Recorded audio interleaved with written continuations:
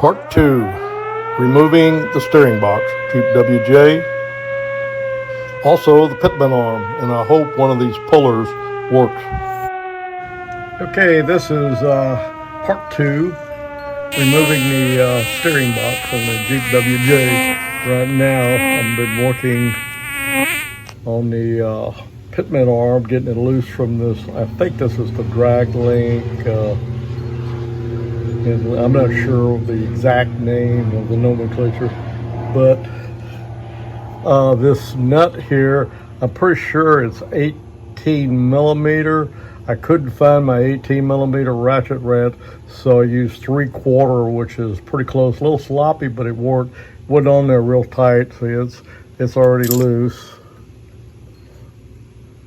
I'm gonna put a new one back when I get this.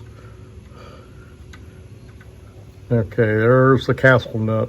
See, it's a little wore, but so I'll put a new one on there later.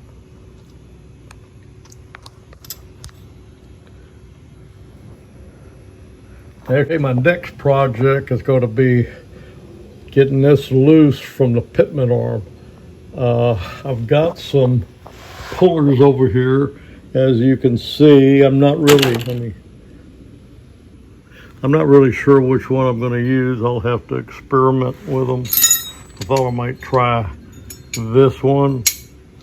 I'm not really sure, but I'll have to experiment with that and get back with you on the next clip. Out.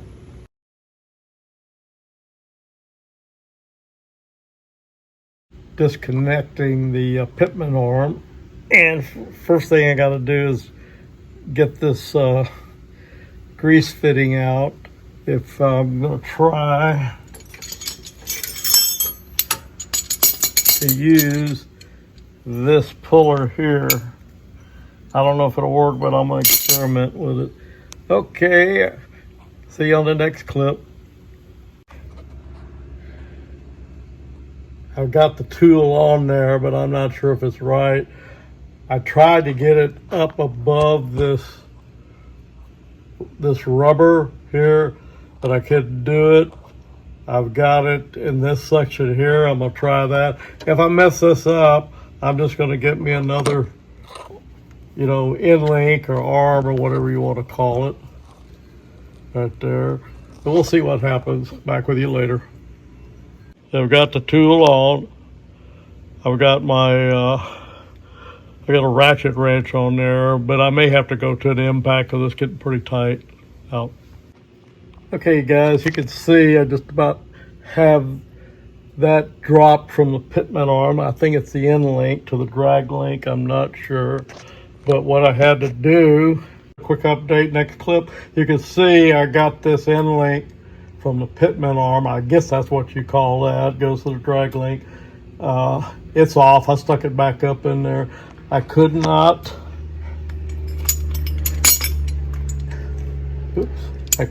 get this puller to stay on. It kept popping off on me. I don't know, maybe it's because it's a cheap puller. I don't know. I use these things for my rebuilding the suspension. Now the boot is kind of messed up. I may be able to just replace the boot. I don't know.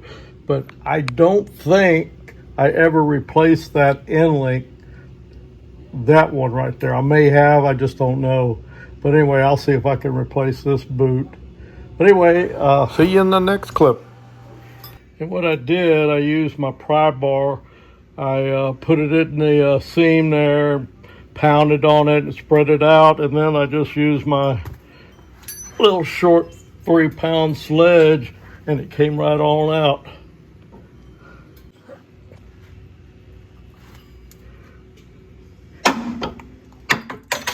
There you go. Now I can start working on the Pittman arm. I'm going to leave on there. But now, since I got that loose, I can start preparing to take the gearing box off. I've got to, I believe, take this, I forget what you call it, this inside of the fender cover. I got to pop it out. And I get with it. I'll see you in the next clip. This is my Jeep, still part 2, and I'm probably going to end it here. There's probably going to be about 4 or 5 parts at least, because I'm keeping them short, and with this heat I just can't work as long. I get older, it really gets to me. But it's sun shining right now, but we got rain coming in about a half hour, so I got to get buttoned up. Anyway, the next thing I'll be doing is I've already taken a couple of these fasteners out on this one there. And I'm just checking them out, get ready to pop them loose.